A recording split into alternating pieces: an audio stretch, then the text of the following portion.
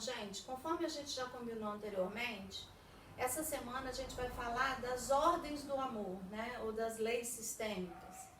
E eu prometi falar hoje da primeira, que é a lei do pertencimento, tá? Nós estamos falando aí da pedagogia sistêmica, né? Como que a criança age, como ela reage, como ela aprende, ou desaprende, ou reaprende, não é verdade? E tem algumas questões relacionadas a essa sensação dentro dessa lei do pertencimento. Isso não é só para o nosso aluno, para a nossa criança, não. Isso é para todos nós. Quando a gente vê um aluno que tem dificuldade de aprendizagem lá no curso superior, muitas vezes a gente se pergunta, será que ele vem arrastando essa dificuldade de aprendizagem desde a alfabetização? Porque na maioria das vezes, a escola e a família só percebe que a criança tem dificuldade de aprendizagem quando vai ser alfabetizada ou quando passa para a segunda fase do fundamental. E a gente sabe que não é por aí.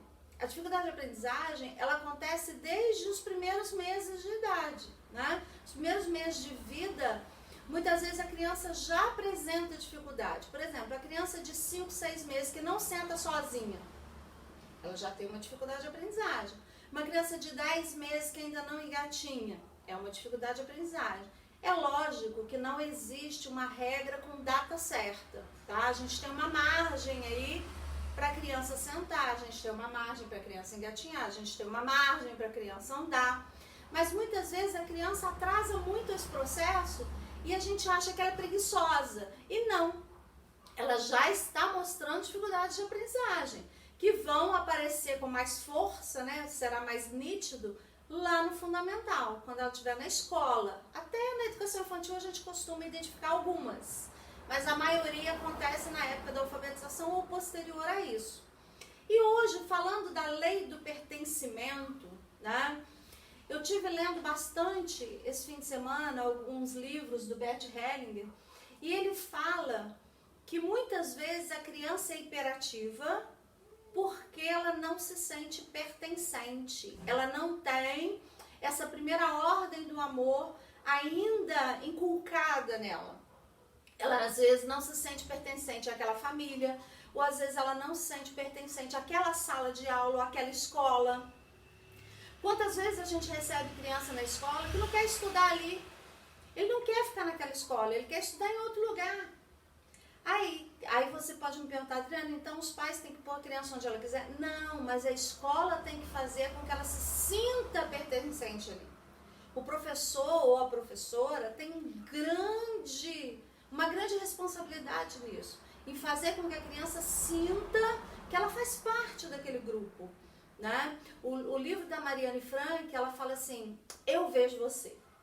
Quando a gente fala essa frase, parece uma bobeira, né? Ninguém vai mudar uma atitude por causa de uma frase. Mas quando você olha no olho do outro e fala para ele assim, eu vejo você, do jeito que você é. E eu aceito você, do jeito que você é. Isso faz uma diferença na nossa vida. E muitas vezes a gente não aceita nem os pais, e a gente vai falar disso na hierarquia, né? Então a criança, às vezes, ela está insegura e ela se torna imperativa. Por quê? Porque ela não se sente pertencente.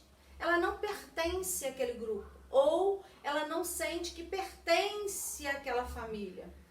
E quando que a criança, então, vai melhorar isso? Quando ela tiver essa segurança, né? Muitas vezes, lá no início da escolarização, a criança tem dificuldade em relação a isso e a gente ignora, né? Às vezes chega alguém na nossa família, um primo distante que não é muito chegado, uma tia que há muito tempo a gente não vê, e a gente trata aquela pessoa com tantas pompas e circunstâncias que ela não consegue se sentir à vontade, ela não fica à vontade, ela fica doida para ir embora, para sentir pertencente à casa dela. A gente está vivendo esse momento agora, dessa quarentena, né? E muitas famílias têm tirado, né, os idosos do lar deles para isolar em outro lugar. E isso faz mal para eles, porque eles não pertencem àquele outro lugar. Nós precisamos respeitar a lei do pertencimento. Quem de nós não tem na nossa família aquele parente que a gente fala assim, nossa, nem parece que é da família, né? Não tem nada a ver com a gente. Em contrapartida, a gente tem um amigo que é tão amigo, que frequenta tanto a nossa casa, que a gente fala assim, olha, isso aí parece da família, né? Tem até o Então, amigo, ele tem esse pertencimento, ele entra na nossa intimidade, ele fala coisas que quase ninguém falaria, e aquele parente não. E a criança, o adolescente, o adulto, ele pode refletir isso lá na sala de aula.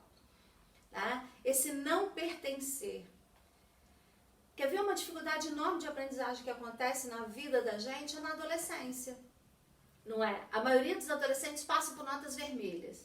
Nós temos alunos que eram excelentes até o 5º ano de escolaridade, que tinham notas boas, sempre tiveram acima de 7, de 8, 10, 9, e chega lá no 6º ano, no 7º, no 8º, apresenta nota vermelha em geografia, tem nota vermelha em português, tem nota vermelha em matemática, daí a gente fica assim, gente, o que aconteceu? Ele era excelente. Lá, ele sentia que ele estava ali dentro. Quando ele vai para outra fase de escolarização, ele não consegue um grupo que ele faça parte.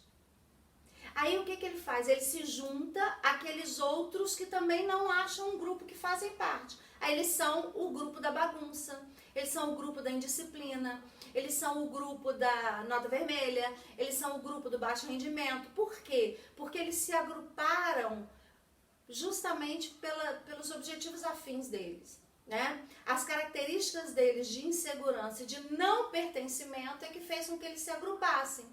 Se nós conseguíssemos, né, na nossa sala de aula, independente da idade, se nós conseguíssemos agrupar todos os nossos alunos, acolher todos os nossos alunos como pertencentes àquele grupo, como seguros ali dentro, nós teríamos uma sala de aula com rendimento muito melhor.